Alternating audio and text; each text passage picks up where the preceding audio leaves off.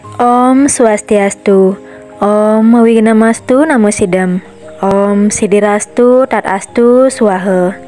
Halo anak-anak yang berbahagia, berjumpa kembali bersama Miss Kinanda pada pembelajaran pendidikan agama Hindu, materi tentang Trimurti. Adapun tujuan pembelajarannya, yang pertama, siswa dapat mengetahui pengertian Trimurti.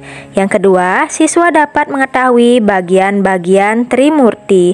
Yang ketiga, siswa dapat mengetahui atribut-atribut dari Trimurti. Yang keempat, siswa dapat mengenal nama tempat-tempat pemujaan Trimurti. Nah, anak-anak, tahukah kalian, Tuhan dalam agama Hindu disebut Sang Hyang Widi. Sang Hyang Widi memiliki kuasa terhadap semua ciptaannya.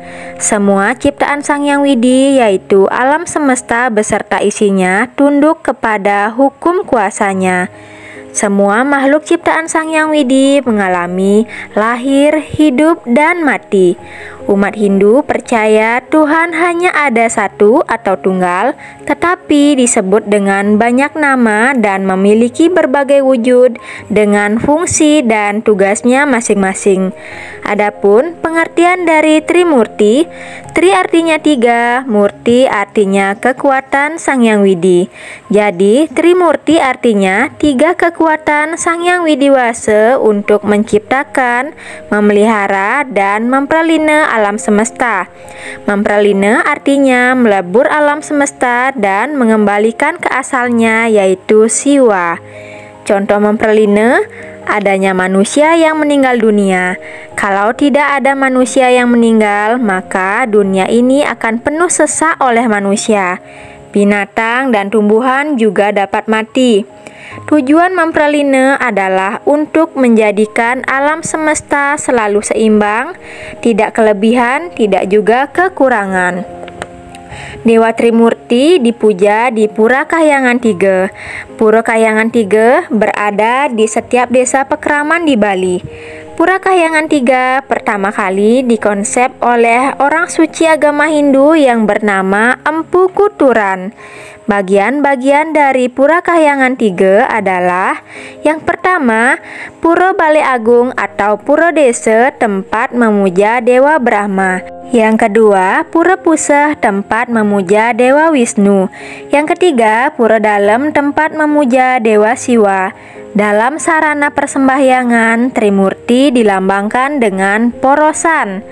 Porosan adalah sarana yang digunakan pada saat membuat bahan upakara. Adapun bahan porosan terdiri dari: yang pertama, buah pinang sebagai lambang Dewa Brahma. Yang kedua, daun sirih sebagai lambang Dewa Wisnu. Yang ketiga, kapur atau pamor sebagai lambang Dewa Siwa. Bagian-bagian dan atribut Trimurti. Yang pertama, Dewa Brahma.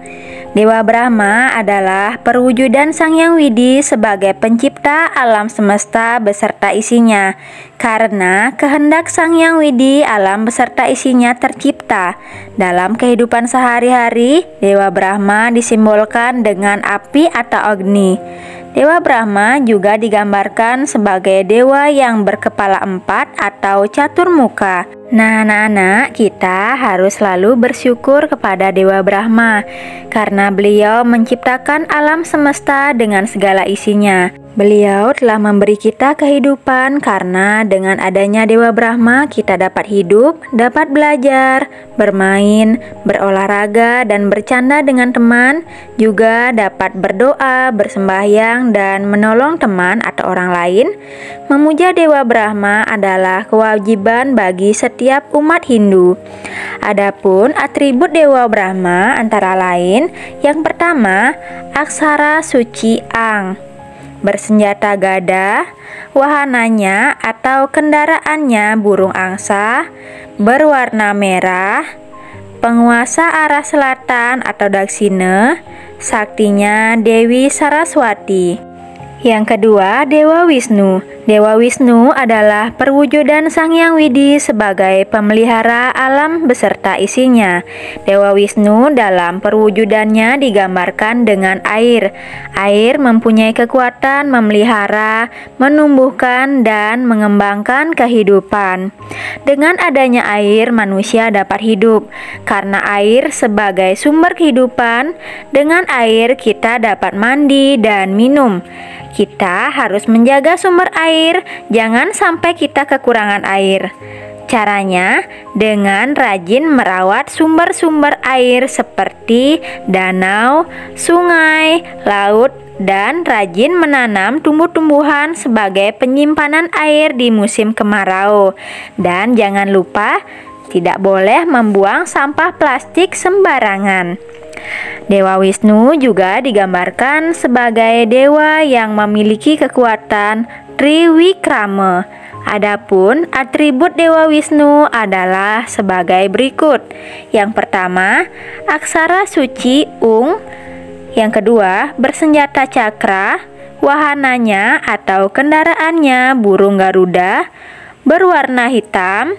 Penguasa arah utara, saktinya Dewi Sri atau Dewi Laksmi. Yang ketiga, Dewa Siwa. Dewa Siwa adalah perwujudan Sang Hyang Widi dalam fungsinya sebagai pelebur atau pemerlina alam beserta isinya. Dewa Siwa dilambangkan sebagai dewa angin, marut, atau dewa bayu.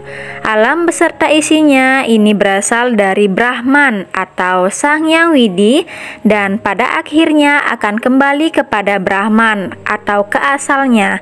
Tidak ada yang mampu menolak dan menahan kemahakuasaan Sang Hyang Widi yang disebut dengan hukum reta.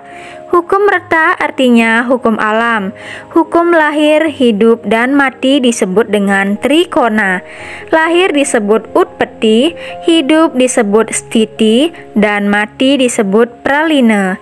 Dewa Siwa digambarkan sebagai dewa yang memiliki kelebihan trinetra.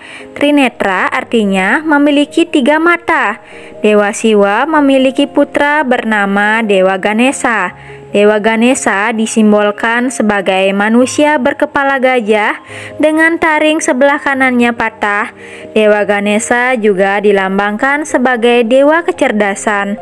Adapun atribut Dewa Siwa yaitu yang pertama memiliki aksara suci Mang, bersenjata Padma Anglayang, wahananya atau kendaraannya lembu Nandini, warna pancawarna atau berumbun, penguasa arah tengah atau Madya, saktinya Dewi Durga atau Dewi Uma atau Dewi Parwati, juga Dewi Gori. Baik, terima kasih anak-anak. Itu tadi video pembelajaran hari ini. Anak-anak tetap semangat belajar dan jaga kesehatannya nggih. Mari kita tutup dengan Parama Santi. Om Santi Santi Santi Om.